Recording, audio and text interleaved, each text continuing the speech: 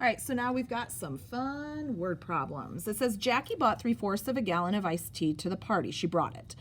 Bill brought 7/8 of a gallon of iced tea to the same party. How much tea did Jackie and Bill bring to the party? So I want to know how much they bring all together.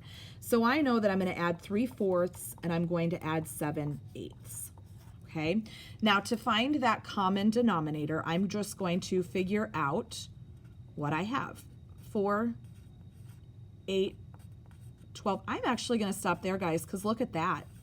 I actually don't have to do anything to this last one because 8 can be my common denominator. So to get 8, I need to multiply this fraction by 2, and I can just leave that alone. I don't have to do anything because that denominator is that 8. So now I have 6/8 plus 7/8, and I can add those up. So 6 plus 7 is going to be 13/8. But that is an improper fraction, so I want to turn it into a mixed number. 8 goes into 13 one time. I'm going to subtract 8. 13 minus 8 is 5. So how much tea was brought to the party? 1 5/8 gallons of tea. Okay.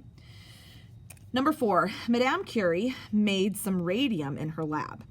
She used 2/5 kilogram of the radium in an experiment and had 1 1/4 kilogram left. How much radium did she have at first? And then we are going to do this extension. So let's just figure out how much did she have to begin with. Okay, so I know she used that much and I know she had that much left. So to find out how much she how much she had to begin with, I can add what she had left and what she used to figure out how much she had. So I'm going to do 1 1/4, and I'm going to add 2/5. Now, when I do this to look to see what would be that common denominator, 4, 8, 12, 16, 20, I'm going to stop there because I already know that 20 is going to be that common denominator. So I know that this fraction I want to multiply by 5, and this fraction I want to multiply by 4. So I'm going to have 1 5/20 plus 8/20. So I'm going to get 1 plus 0, because remember there's that whole number 0 is 1, and then 5 plus 8 is 13/20.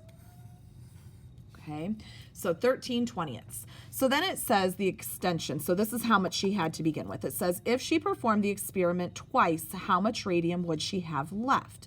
So if she did this experiment twice, so first I'm going to, and I'm just going to draw this line here. I'm going to figure out how much, if she did this experiment twice, she would have used 4/5 of the radium. Okay, and because she had 1 13/20, I'm going to go ahead and I'm actually going to subtract 4/5 from that number. That is because that's how much radium she had to begin with, and she used 4/5. Okay, and so common denominator I know is 20. So I've got 1 13/20 minus 16/20. Now here's the problem. I can't do 13 minus 16.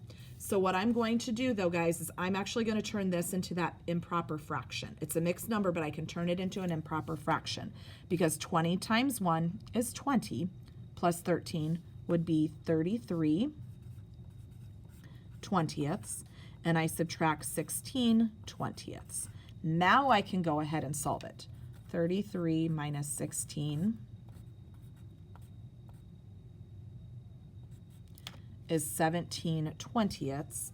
So if she performed it twice, she would have 17/20 left if performed